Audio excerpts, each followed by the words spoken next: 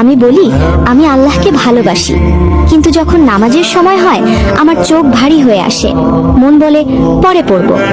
আমি বলি আল্লাহ আমার সব কিছু, কিন্তু দুনিয়ার কাজ, দুনিয়ার মানুষ, দুনিয়ার লাভ সবকিছুর জন্য সময় আছে, শুধু আল্লাহর জন্য সময় হয় না। আমি বলি আমি মুসলিম, কিন্তু কুরআন খুলতে আমার অলসতা লাগে, আর ফোন খুলতে 1 সেকেন্ডও দেরি হয় না।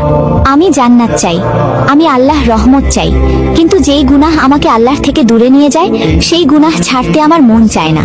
আমি দোয়া করি ইয়া আল্লাহ আমাকে ক্ষমা করে দাও, কিন্তু সেই একই গুনাহ আবার করতে আমার অন্তর কাঁপে না। আমি দাবি করি আমি আল্লাহকে ভালোবাসি, কিন্তু তার আদেশ আর আমার নফসের মধ্যে যখন বেছে নিতে হয় আমি বেশিরভাগ সময় নফসকেই বেছে নিই।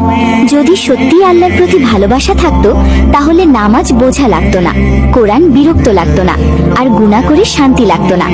কারণ ভালোবাসা শুধু মুখের কথা না, ভালোবাসা ত্যাগ চায়, ভালোবাসা আনুগত্য চায়, ভালোবাসা প্রমাণ চায়। যে আল্লাহকে সত্যিই ভালোবাসে সে আল্লাহর অবাধ্য হয়ে কখনোই শান্ত থাকতে পারে না। আজ নিজেকে একবার প্রশ্ন করো, আমি কি সত্যিই আল্লাহকে ভালোবাসি, নাকি শুধু মুসলিম পরিচয়টা ভালোবাসি? কারণ আল্লাহকে ভালোবাসা মানে তাকে জীবনের প্রথম স্থানে রাখা, আর যেখানে আল্লাহ প্রথম না সেখানে ভালোবাসাও সত্য না।